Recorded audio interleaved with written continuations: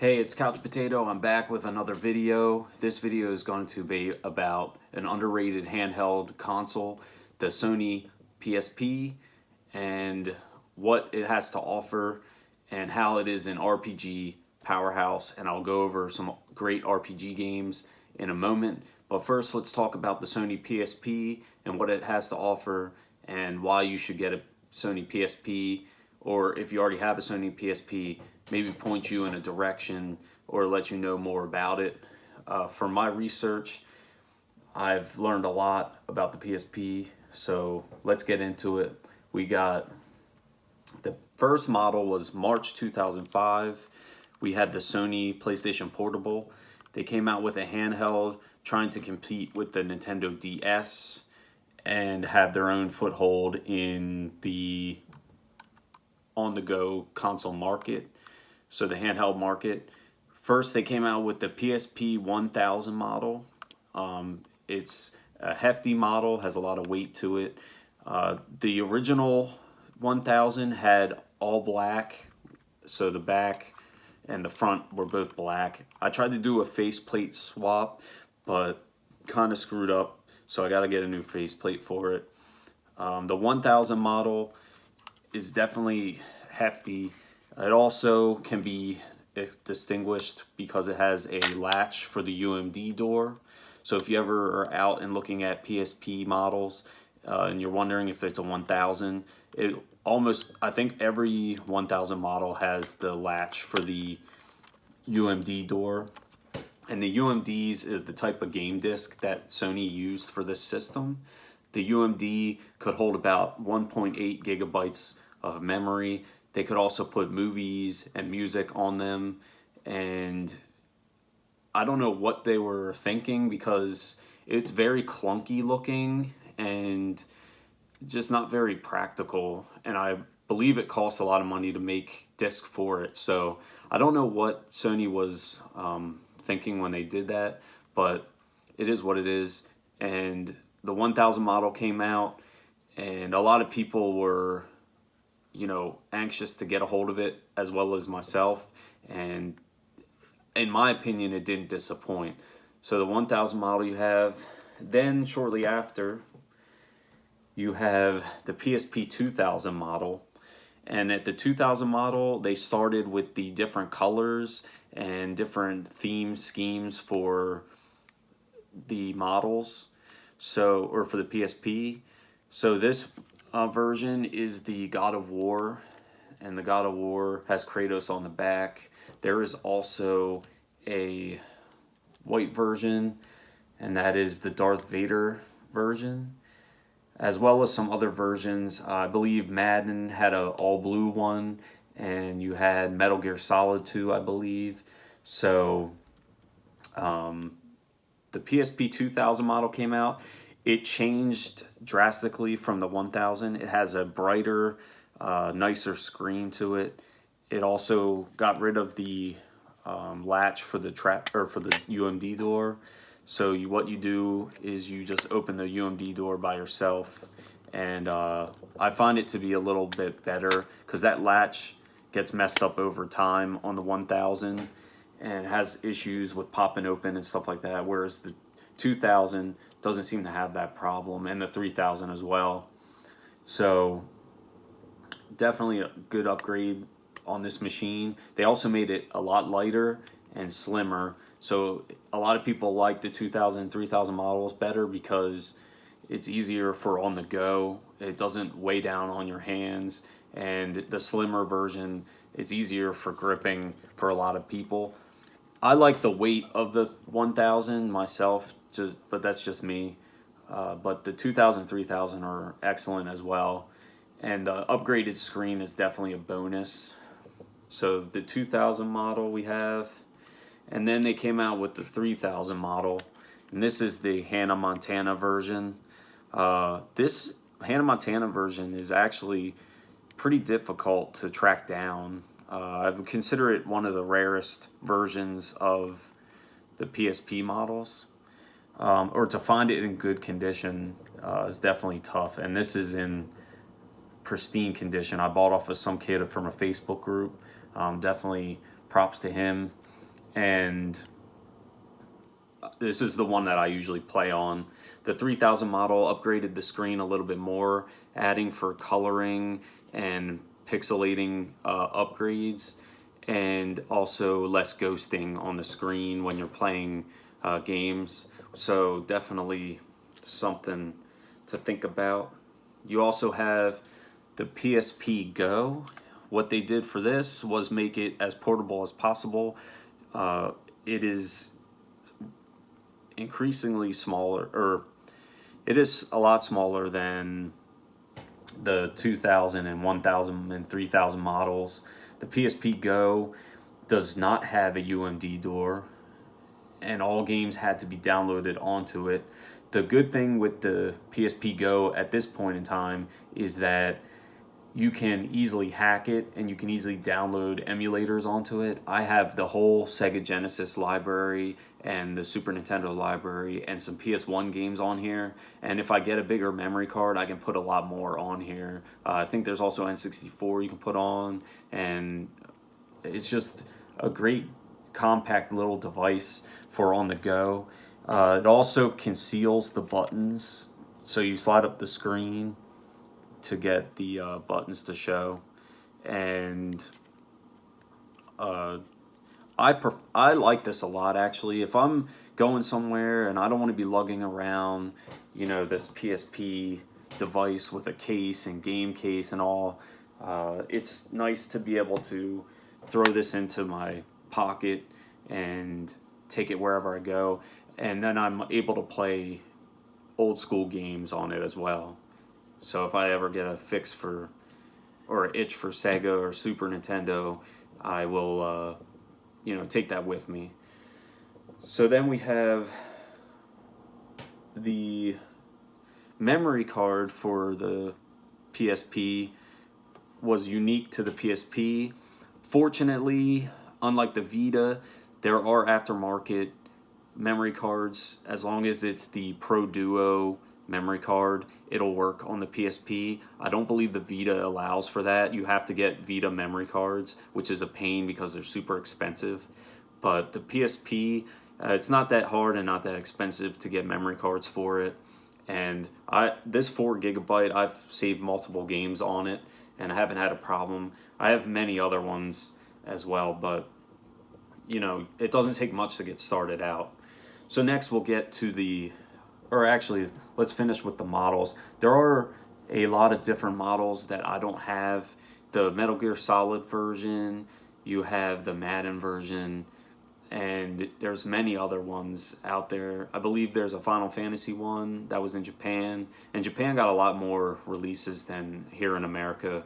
But Sony, definitely fun to collect for on the PSP because of all the different versions. I'm just slowly collecting all the different kinds as I come across them. The only problem with the PSP is, from what I've noticed, is finding ones with good screens is becoming increasingly difficult. Come across a lot that are really scratched up or have problems, but I've been able to hunt down some quality machines there.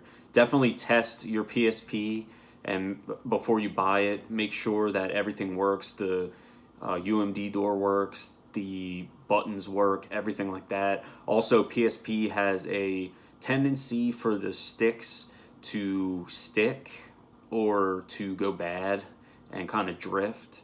So fortunately, it's not a hard fix. If you YouTube fixing a PSP joystick, they have videos, tutorials how to do it. It is not hard at all.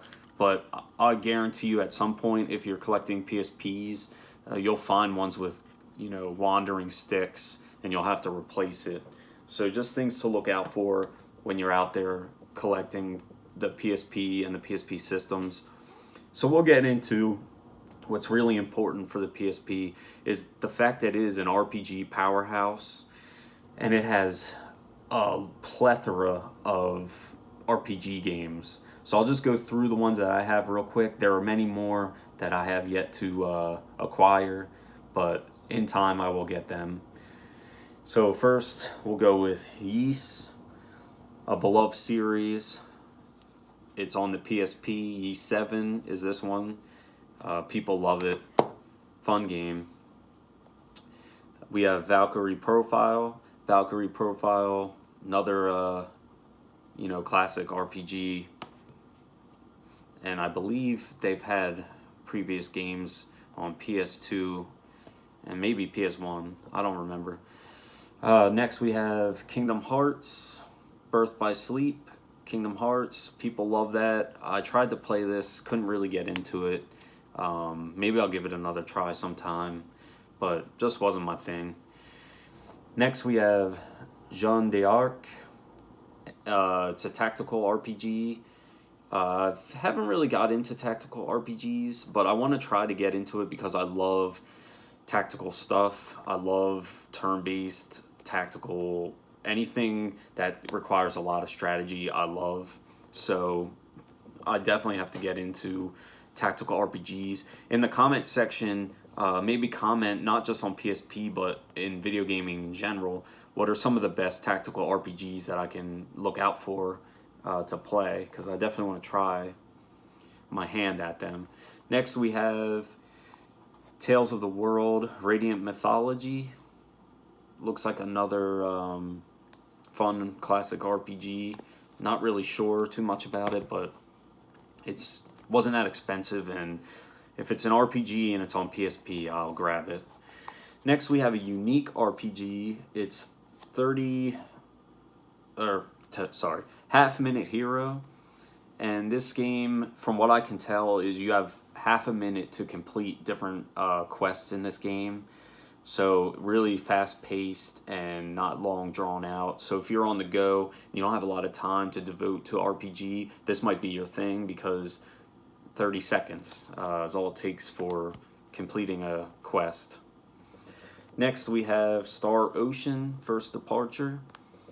Star Ocean games are loved by many of gamers.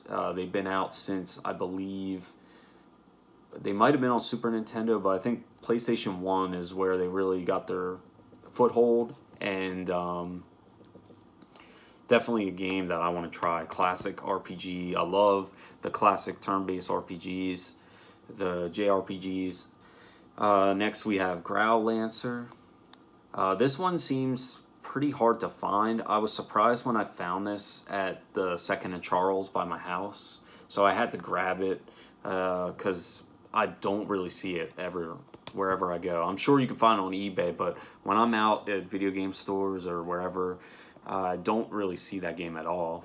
So next we have Spectral Souls, and Spectral Souls looks like another tactical RPG, so I'm definitely gonna have to give that a try. Then we have Phantom Brave, another tactical RPG.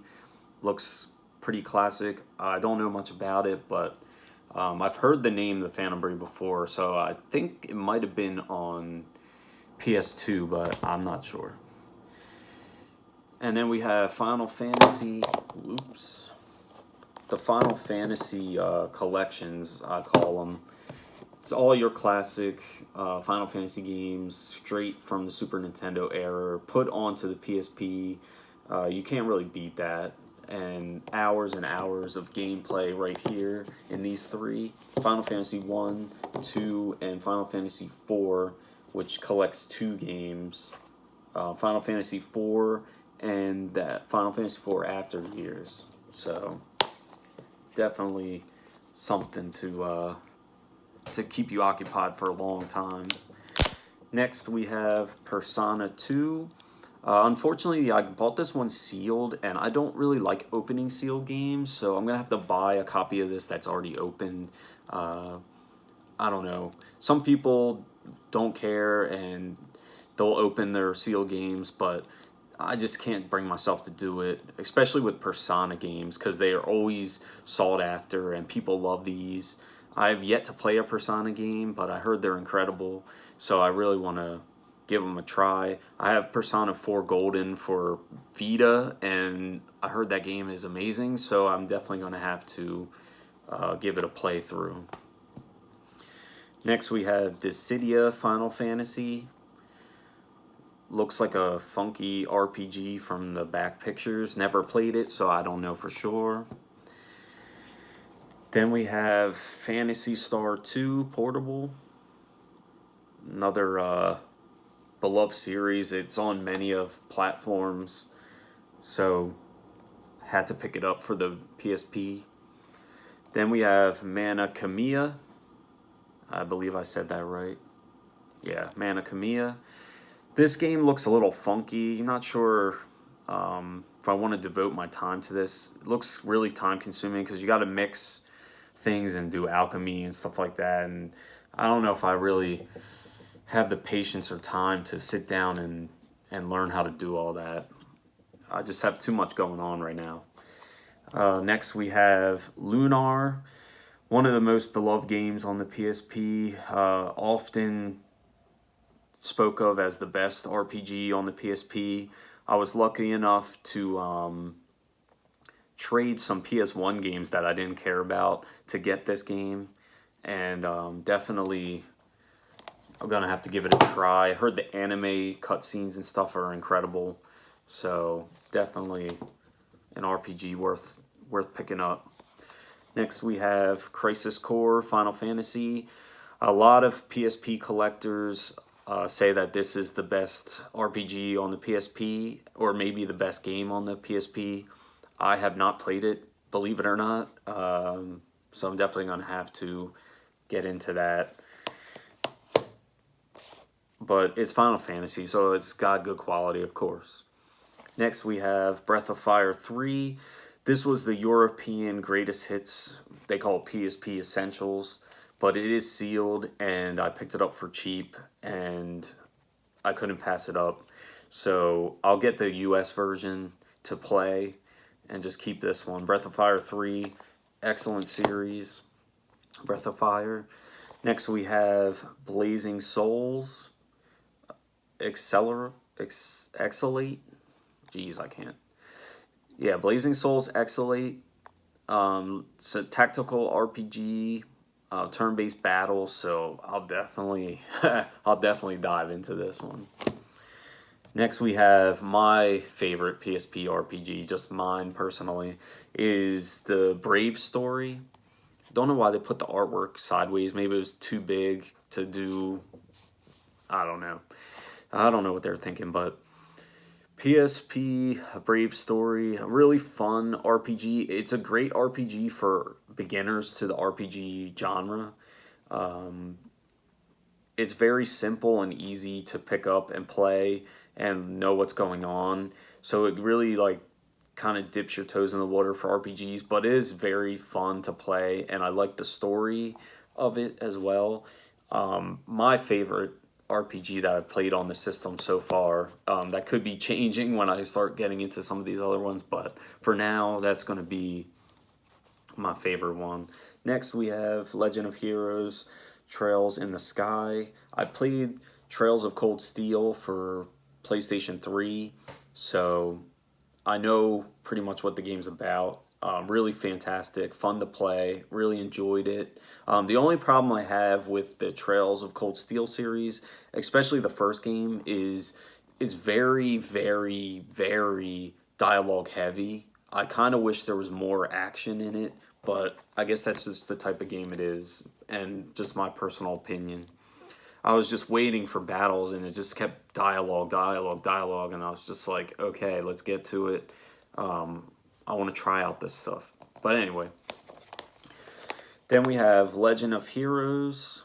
This is the old school Legend of Heroes. Looks like old school Super Nintendo. I did start playing the first one. It was pretty fantastic from what I played so far. Definitely looking forward to playing this again. I really want to get the third one, although I heard it's completely different and it's like a rhythm-based RPG instead of your, typical classic turn-based RPG, but definitely want to get that one. That one's a little bit more pricey. I think it's hovering around like $60 to $90 right now, depending the condition and who's selling it. But definitely a game that I want to get my hands on. There are many other PSP games that are out there, And like I said, the PSP is just an RPG juggernaut. And a lot of people overlook the PSP because they think, that because it didn't sell as much as Nintendo's DS or whatever, that it didn't hold up, or they were turned off by the UMD. I don't know what the case is, but the PSP is definitely where it's at if you're an RPG fan. And at this point in time, it's the best system to collect for if you like that stuff because the games are cheap. I think the highest games, there's like 2 or 3 games that are $100 or more. A couple games that are around that $60 to $90 range, and then everything else is like $30 and under. So it's not that expensive to collect for, and it's not that hard to get a hold of because there's not a lot of people out there searching for it. So you have more opportunity, and that's why I love the PSP and collecting PSP as well, because I can grab games easily. When I go to convention stuff, there's not many people looking for PSP games, so I'll be there getting first dibs for PSP games while everyone else is looking at Super Nintendo and Sega Genesis. And I can also get a whole stack of games for the price of some of those games as well. So it's definitely the system to collect for, and now's the time, because I have a feeling in the near future you're going to see some price spikes in the PSP library, especially the RPGs, because people are going to start realizing what the PSP has to offer. Now, there is a downside of the PSP that I forgot to mention, and that is, I don't know why, but it was missing the second analog stick, which really killed it as far as your first-person shooters and things like that, which I think would have boosted the sales of this tenfold if they would have been able to put a really good Call of Duty on here with dual analog sticks. Then I think this thing would have competed with the Nintendo DS hands down, as well as if the memory cards were a little bit more accessible. I don't know what Sony's issue is with that, but that's Sony. And but the PSP, it's an excellent system. There's different models you can choose from depending on what you're looking for. You have the 3000, you have the 2000, you have the 1000, you have the emulators you can throw on there, you have the PSP Go, and everything else. It's just so much to offer, and I love it, as you can see. And I'm going to make a part 2 video showing the other great games that the PSP has to offer that aren't RPGs, because I have a lot of games over here that are not RPGs for the PSP, and they're incredible. So I'll leave you with that. This is Couch Potato. One love.